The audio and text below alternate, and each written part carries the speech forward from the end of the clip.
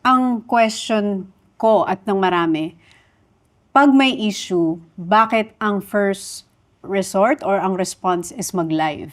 Sa live kasi Ate Tony, parang andun na yung buong emotions mo eh. Parang hindi mo na kailangan i-filter or mag-isip pa masyado. Kasi nga, yun na yung live na kung ano yung makikita ng tao.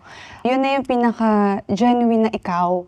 Kaya siguro din, may mga times na mas pinipili ng mga content creator na live na lang para kung meron ding mga questions yung tao, direct mo nang masagot agad. Para isahang upo na lang. Pero kasi naman, ang challenge ng live for me is when you're at the height of emotion, di ba kasabihan yun? Kapag Yes. mataas ang emosyon mo, huwag kang gagawa ng desisyon. Yes, Pag emotional. Di ba may mga ganon yung, pag sobrang taas ng emotion mo, may mga masasabi ka na hindi naman yun talagang minimin mo. Yes, yes.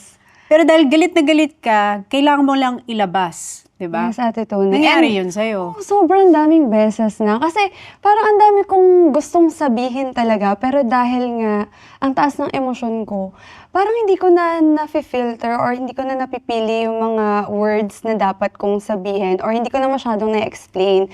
That's why yung mga tao talagang madalas ma-misinterpret ako.